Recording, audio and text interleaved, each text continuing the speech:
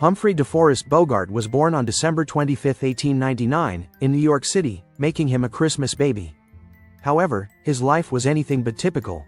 Born into a privileged family, his father was a heart surgeon and his mother was a renowned illustrator. Bogart was expected to follow a path of success in medicine or law.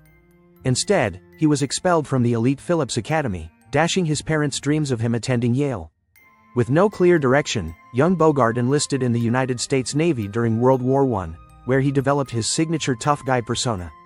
It was during this time that he may have received his famous scar on his upper lip, allegedly from a piece of shrapnel, though some say it came from a bar fight or a childhood accident. This scar, along with his naturally rough voice, intensified by heavy drinking and smoking, became key elements of his unforgettable screen presence. Bogart's acting career started on Broadway in the 1920s, but it wasn't glamorous. He worked odd jobs, including as a shipper and office boy, just to make ends meet. His first break came with the play, The Petrified Forest, 1935, where he played the menacing gangster Duke Manty. Hollywood took notice, and Warner Brothers signed him, but instead of giving him lead roles, they typecast him as a gangster in B-movies. For years, Bogart was overshadowed by bigger stars like James Cagney and Edward G. Robinson, often playing second-tier criminals in crime dramas. Frustrated, he once said, "I was born to be indifferently happy with acting. But I never got anywhere until I played a killer."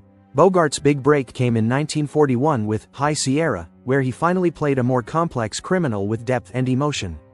But it was later that year, in The Maltese Falcon, that he truly defined the film noir detective archetype.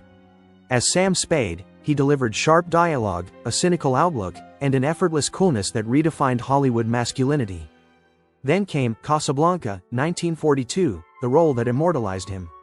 As the mysterious and heartbroken Rick Blaine, he delivered some of the most iconic lines in cinema history. "Here's looking at you, kid. Of all the gin joints in all the towns in all the world, she walks into mine. Louis, I think this is the beginning of a beautiful friendship." Though he lost the Best Actor Oscar that year, Casablanca cemented him as Hollywood's most bankable star. On the set of To Have and Have Not, 1944, Bogart met Lauren Bacall, a stunning 19-year-old actress with a husky voice and an attitude to match his. The chemistry was instant and electric. Despite being married at the time, Bogart couldn't resist Bacall, and after a passionate affair, he divorced his third wife and married Bacall in 1945. The Bogart-Bacall romance became one of Hollywood's greatest love stories. Despite their 25-year age gap, their on-screen and off-screen chemistry was legendary. Bacall later said, "No one has written a romance better than we lived it." Together, they starred in 4 classic films: To Have and Have Not, 1944, The Big Sleep, 1946, Dark Passage, 1947, Key Largo, 1948. Bogart and Bacall had 2 children, Stephen, named after his character in To Have and Have Not, and Leslie, named after Leslie Howard, the actor who had helped Bogart land his first major film role.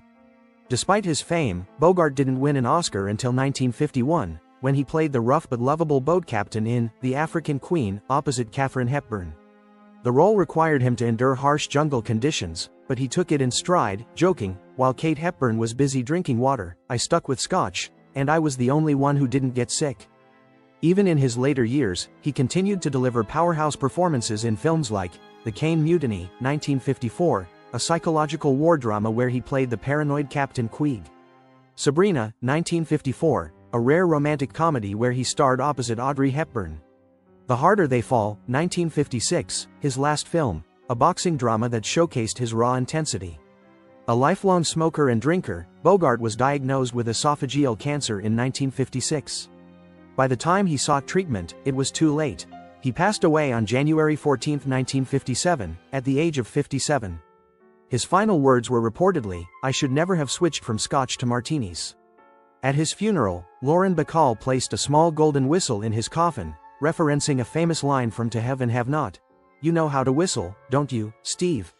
You just put your lips together and blow." Bogart was posthumously awarded a star on the Hollywood Walk of Fame, and in 1999, the American Film Institute, AFI, ranked him number 1 on its list of the greatest male screen legends. His influence is undeniable. Actors like Al Pacino, Robert De Niro, Harrison Ford, and Jack Nicholson have all cited him as an inspiration. His face remains a symbol of old Hollywood, his films are still widely watched, and his tough yet vulnerable persona continues to define what it means to be cool. Even decades after his passing, Humphrey Bogart remains the ultimate Hollywood icon, timeless, tough, and effortlessly unforgettable.